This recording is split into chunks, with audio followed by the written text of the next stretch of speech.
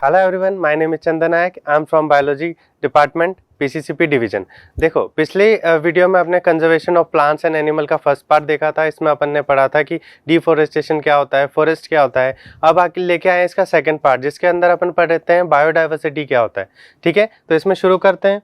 Biodiversity biodiversity एक ऐसी जगह होती है, एक ऐसा एरिया होता है जहाँ पे ऑर्गेनिज्म और प्लांट पूरा एनवायरनमेंट रह के और एक साथ एक सिस्टम बनाते हैं, है ना। तो उन्हें क्या बोलते हैं? बायोडाइवर्सिटी बोलते हैं। ठीक है, तो देखो इसमें the presence of different kind of animal या लिविंग ऑर्गेनिज्म, है ना, और वो एक साथ मिलके अपना एक हैबिटेट बनाते हैं और एक एनवायरनमेंट बनाते हैं पूरा, उसे क्या बोलते हैं?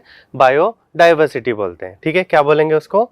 बायोडाइवर्सिटी। अब देखो, बायोडाइवर्सिटी है वो मेनली कितने टाइप की होती है?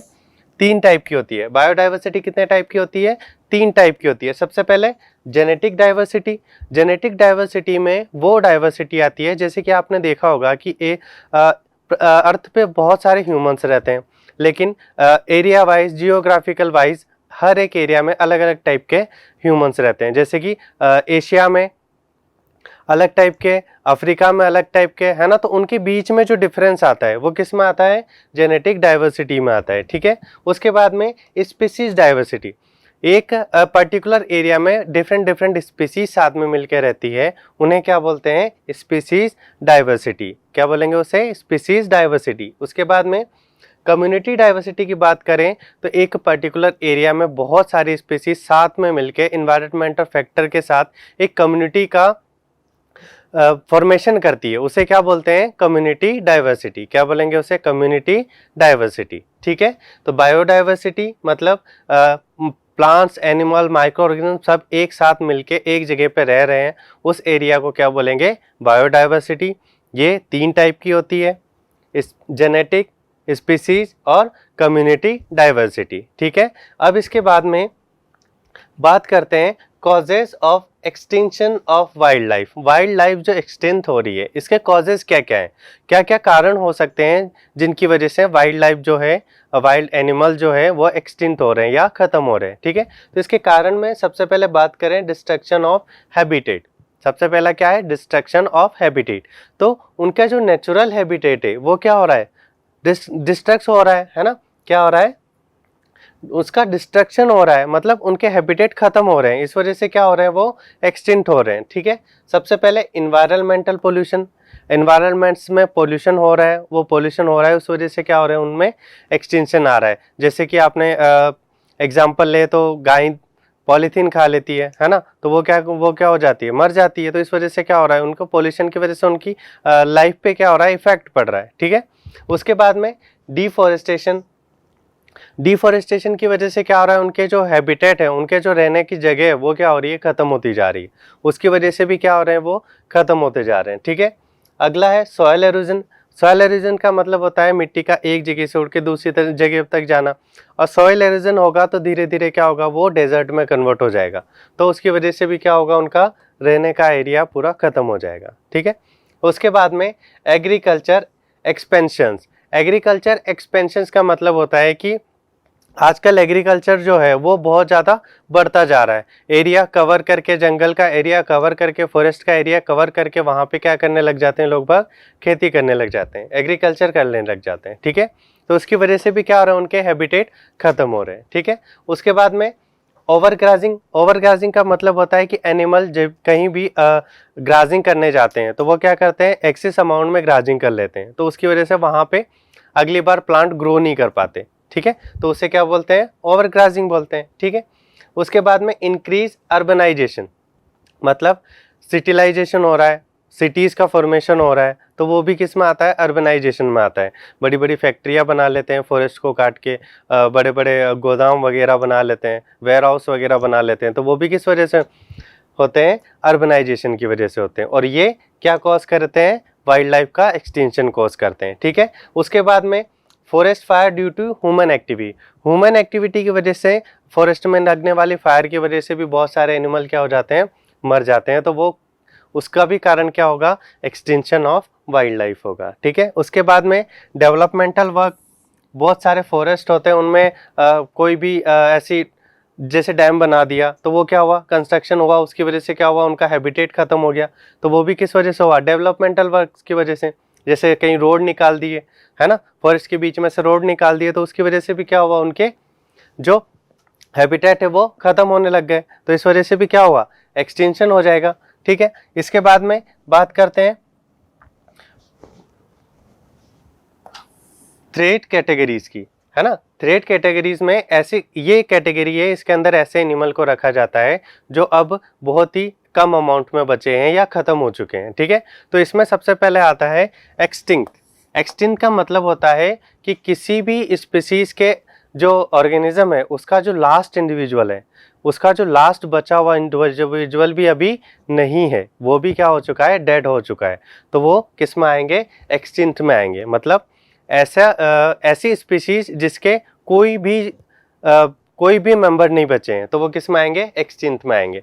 एग्जांपल जैसे कि डायनासोर पहले हुआ करते थे, अब क्या हो गए, खत्म हो चुके हैं, है ना। तो अब डायनासोर मिलते भी नहीं है। ठीक है, वुली मैमथ एक हाथी है ना, तो वो भी अब क्या हो चुका है, एक्सटिंक्ट हो चुका है, इस तरीके का दिखता है ना। तो वो भी अब क्या हो चुका है, खत्म हो चुका है। उसके बाद में पिंक हेड डक भी क्या हो चुका है, अब खत्म हो चुका है। ठीक है, उसके बाद में डोडो भी एक पक्षी है, वो भी क्या हो चुका है, अब एक्सटिंक्ट हो चुका है। ठीक है, और अभी रिसेंट में एक प्लांट है जो एक्सटिंक्ट हुआ है, उसका नाम है हेलेना ऑलिव। क्या है, हेलेना ऑलिव, एक ऑलिव ट्री है जो क्या हो चुका है, अब एक्सटिंक्ट हो चुका है। ठीक है, उसके बाद में अगली जो कैटेगरी है वो आती है एक्सटिंक्ट इन वाइल्ड लाइफ में कुछ एनिमल्स है जो एक्सटिंक्ट हुए हैं, उनके बारे में जानने को मिलता है। ठीक है, तो इसमें एक बर्बरी लाइन, आपने नार्निया मूवी देखी है, उसमें एक लॉइन आता है जिसके नेक पे बहुत सारे हेयर्स होते हैं, है ना। तो वो वाले जो लॉइन है अब क्या हो चुके हैं, वो एक्सटिंक्ट हो चुके हैं, क्या हो चुके हैं, अब खत्म हो चुके हैं। ठीक है, तो उसको बोलते हैं बर्बरी लाइन। ठीक है, और उसके बाद में ब्लैक सॉफ्ट शेल टर्टल, एक टर्टल है जिसका शेल कैसा था, ब्लैक था और सॉफ्ट था, वो भी क्या हो चुका है, अब एक्सटिंक्ट हो चुका है। ठीक है, वो भी अब खत्म हो चुके हैं। ठीक है, अब उसके बाद में थ्री एटर्न स्पीसीज का मतलब वो स्पीसीज जिनके living species which have been greatly reduced in their number, उनके नंबर क्या हो रहे हैं, ग्रेटली रिड्यूस होते जा रहे हैं, बहुत जल्दी से वो क्या होते जा रहे हैं, कम होते जा रहे हैं और ख़त्म होते जा रहे हैं। तो वो कौन सी स्पीसीज में आते हैं, थ्री एटर्न स्पीसीज में। ठीक है, थ्री एटर्न स्पीसीज में मेनली तीन कैटेगरी होती है ना, तीन कैटेगरी होती है। इसमें सबसे पहले आती है इंडेंजर्ड स्पीसीज।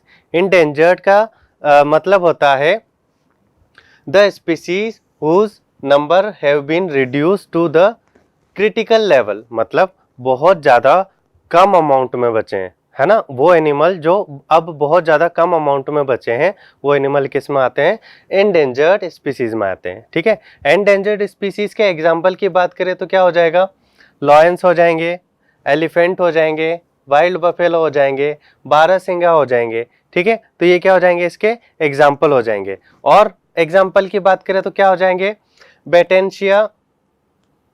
बेटेंशिया निकोबारिका, है ना, बेटेंशिया निकोबारिका, और क्या हो जाएगा, एलोरस फुलजीनस, मतलब रेड पांडा, वो भी क्या हो रहा है, अब एक्सटिंक्ट हो रहा है। ठीक है, या इंडेंजर्ड में बहुत ही कम अमाउंट में बचे, अगर उनको अपन ने सरवाइव नहीं किया, उनका कंजर्वेशन नहीं किया, तो एक टाइम पे ये भी क्या हो जाएंगे, एक्सटिंक्ट हो जाएंगे या बिल्कुल खत्म हो जाएंगे। ठीक है, उसके बाद में अगली जो स्पीसीज आती है वो आती है वल्नरेबल स्पीसीज। वल्नरेबल स्पीसीज वो होती है जो अभी तो अच्छे अमाउंट में प्रेजेंट है ना, उनका नंबर अच्छे अमाउंट में प्रेजेंट है, लेकिन अगर उनको भी कंजर्वेशन नहीं किया गया, उनको भी बचाया नहीं गया, तो वो भी क्या हो जाएगी, धीरे धीरे इंडेंजर्ड में आ जाएगी, है ना। इंडेंजर्ड में आ जाएगी तो इंडेंजर्ड के बाद क्या हो जाएगी, एक्सटिंक्ट हो जाएगी। ठीक है, तो ये स्पीसीज होती है, इसमें भी क्या कौन कौन से आ जाएंगे, गोल्डन लंगूर, लेपर्ड कैट और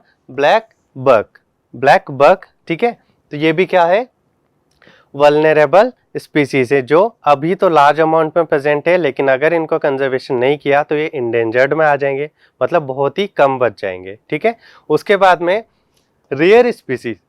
रेयर स्पीसीज वो स्पीसीज होती है जो एक पर्टिकुलर एरिया में प्रेजेंट होती है। कहाँ पे प्रेजेंट होती है? पर्टिकुलर एरिया में प्रेजेंट होती है और बहुत ही कम अमाउंट में होती है, वो रेयर स्पीसीज होती है। ठीक है, तो देखो the species which are very less in number and confined a specific area. एक स्पेसिफिक एरिया में अगर वो प्रेजेंट है तो उन्हें क्या बोलेंगे? Rare species. ठीक है, इसके एग्जाम्पल हो जाएंगे स्लो लॉरिस और वाइल्ड याक। ठीक है, तो ये इसके एग्जाम्पल हो जाएंगे। ठीक है, इसके बाद में बात करते हैं रेड डाटा बुक की। रेड डाटा बुक एक ऐसी बुक है जिसके अंदर जितनी भी इंडेंजर्ड स्पीसीज है उनका पूरा बायोडाटा रिटर्न में अपने पास कलेक्ट किया जाता है। ठीक है, ये पूरे वर्ल्ड के जितनी भी स्पीसीज है उन सबकी क्वेरी एक बुक में लिखी जाती है, उसको क्या बोलते हैं? Red data book. देखो, it contain list of rare and endangered species along with relevant information from all the over the world. मतलब पूरे वर्ल्ड में जो स्पीसीज इंडेंजर्ड हो चुकी है उनका पूरा इंफॉर्मेशन कलेक्ट करके एक बुक में रखा जाता है, उसका नाम है red data book. Red data book में, रेड डाटा बुक को जो जिन्होंने बनाया है ना, वो एक ऑर्गेनाइजेशन है IUCN। क्या बोलते हैं उसको? IUCN। फुल फॉर्म क्या हो जाएगी? International union for the conservation of nature and natural resources. क्या हो जाएगी फुल फॉर्म? IUCN की international union for the conservation of nature and natural resources. ये क्या हो जाएगी? इसकी फुल फॉर्म हो जाएगी। क्या है? IUCN। ठीक है, तो IUCN रेड डाटा बुक के साथ साथ कुछ और वर्क भी करता है ना, कुछ और वर्क भी करता है, उसके बारे में देखते हैं। तो क्या क्या करता है? Developing awareness about the importance of the threatened diversity. जो डाइवर्सिटी अभी खत्म होती जा रही है, इनके बारे में लोगों को अवेयर करता है ना, इनके बारे में जानकारी देता है कि आप ये काम करो, इसकी वजह से वहाँ पे क्या होगा? कंजर्वेशन करो, वहाँ पे उनको संभाल सुरक्षित रखो। ठीक है, तो वो भी कौन बताता है? IUCN बताता है। ठीक है, उसके बाद में identification of documentation of endangered species. जो भी इंडेंजर्ड स्पीसीज है उसके बारे में जानकारी कौन देता है? IUCN देता है। ठीक है, उसका पूरा आइडेंटिफिकेशन और उसका पूरा डॉक्यूमेंटेशन कौन प्रोवाइड करता है? IUCN करता है। ठीक है, उसके बाद में providing global index of the decline of the biodiversity, है ना, मतलब ग्लोबल एरिया पे जो बायोडाइवर्सिटी कम होती जा रही है उसके बारे में भी जानकारी कौन देता है? IUCN देता है ना। उसके बाद में defining conservation priorities at the local level, है ना, और गाइडिंग कंजर्वेशन एक्शन। मतलब कंजर्वेशन के लिए अपने को जानकारी देगा और क्या करेगा? लोकल लेवल पे जितनी भी अपनी जिम्मेदारियां बनती है उनसे अपने को क्या कराता है? उनके बारे में अपने को बताता है। ठीक है, तो ये होता है IUCN। IUCN के अंदर एक बुक होती है जिसके अंदर सारा बायोडाटा लिखा जाता है, उसको क्या बोलते हैं? रेड बुक, है ना। और आज के लिए इतना ही, इसका अगला पार्ट हम अगली वीडियो में लेके आएंगे। आज के लिए इतना ही, थैंक यू।